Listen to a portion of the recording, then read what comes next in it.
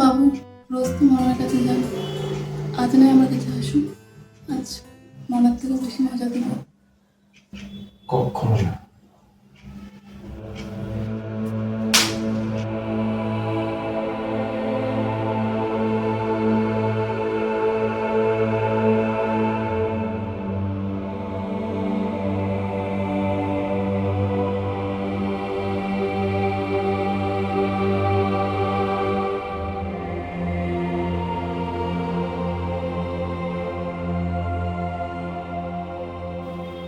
বলছি, অনেকক্ষণ থেকে তো বসে আছো, এখনো তো কিছুই করলে না।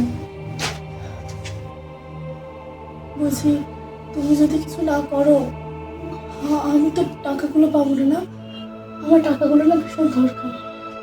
তুমি কিছু চিন্তা করো না। পয়সা পয়সা আমি তোমায় দেবো। আর তাছাড়া বিশ্বাস করো, আমি কিন্তু তোমার শরীর চাইতে এখানে আসিনি। যদি শরীরই চাইতে হতো না, তাহলে অনেক আগে আমি টাকা পয়সা দিয়ে তোমার শরীরটাকে আমি সব মিটিয়ে দিতাম। বলছি, একটা কথা জিজ্ঞাসা করতে পারি? হ্যাঁ, বলো না। তুমি তুমি লাইনে কেন এলে? জানো তো, আমি না পড়াশোনায় অনেক ভালো ছিলাম। আমার বাবা, মা, বোন আর আমি, আমার পরিবার এটাই। ওই যে বাড়ির বড় সন্তান, তাই সব ভার আমার ঘরে এসেই পড়ে। আমার পরিবার এক সময়ের জন্য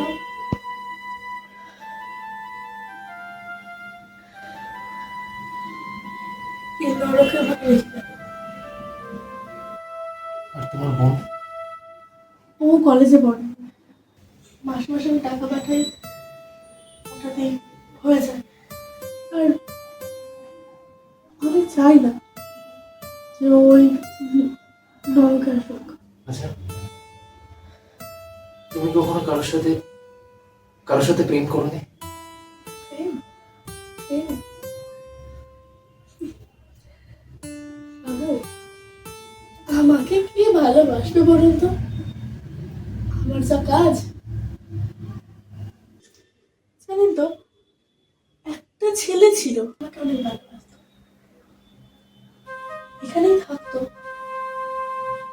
আমাকে একদিন না ও ডাকলো ওর কাছে, আমি গেলাম। ও আমার সাথে সব কিছু করলো,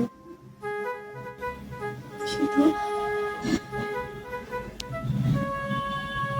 কিন্তু বিয়েটার করে নিজের কার্য সিদ্ধি করে ওর উপরে টাকা ছুড়ে দিয়ে গেল।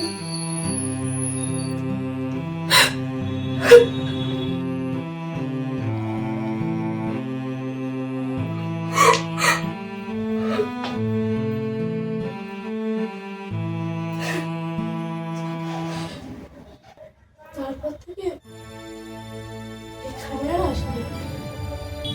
দেখো, সবার লাইফে কিছু না কিছু প্রবলেম থাকে। কেউ হাসে, আবার কেউ কাঁদে, আবার কেউ দুঃখটাকে সেটা ব্যক্ত করতে পারে না। আমি কেন এখানে আসি জানো? আমি আসি তোমার সাথে কথা বলতে। তোমার সাথে কথা বলতে আমার আমার খুব ভালো লাগে। মনে হয় যে মনের ভিতর আলাদা একটা অনুভূতি পাচ্ছি। প্রথম দেখাতে না আমি তোমায় ভালোবেসে ফেলেছি। তুমি তুমি আমার সাথে যাবে।